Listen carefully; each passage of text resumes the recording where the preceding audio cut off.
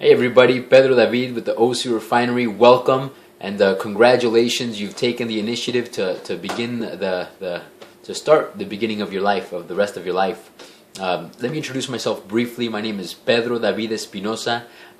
Professionally, I'm a sales director and head of marketing for a construction company called Atlantis. It's a corporation for which I am an executive. That's what I do professionally. Around the community, I'm involved in a lot of Bible study, children's liturgy of the Word, things like that. Also practice the guitar during the service. Don't practice the guitar. I play the guitar during the service, where I go and celebrate my faith in my community. Aside from that, I'm involved in several other ministries and other organizations, the Knights of Columbus, a men's fellowship around the church. Very involved. That's what I do. That's what I do in my community. As a hobby, not only am I a father, I'm thoroughly involved in an extended community, which is the OC Refinery. It's a way to build a community and empower a bunch of open-minded, loving people. An extension of my friends. That's my hobby. Is what I do for fun. And here we are. The great thing that through fun we can make a little bit of money. Now we're here. You're here. You have your own story. You bring your own spice to this endeavor, and I want to give you the warmest of welcome. Step number one. We're here, right? Step number one is a four motion step. There's four things involved in this step. First thing, you have to determine why you're doing this, and your why. Why do we have to determine our why? Because the why takes us outside of our normal comfort level. We're going to do little things that are different. Sometimes when you do things that are different, it makes you grow. And as you're aware, sometimes when you grow, you experience some growing pains.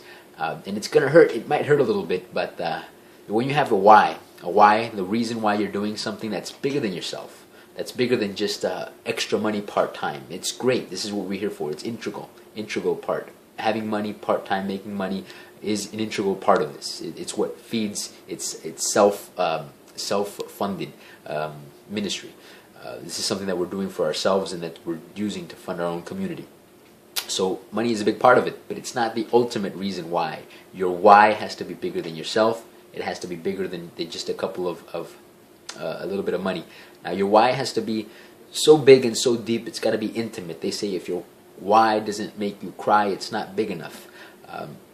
On top of that, aside from just an emotional reaction, your why has to be a window into your soul, into your ideology, into your person, into the philosophy that governs your every motion. The way you smile at somebody. Do you smile at them like, I want you to pay attention to me, or do you smile at them like I'm here to love you, I'm here to show you that you're important? That's your why. This is what you need. Step number one, first process of step number one is your why. It's got to be bigger than yourself. It's got to be bigger than just money. This has got to make you. It's got to fortify you.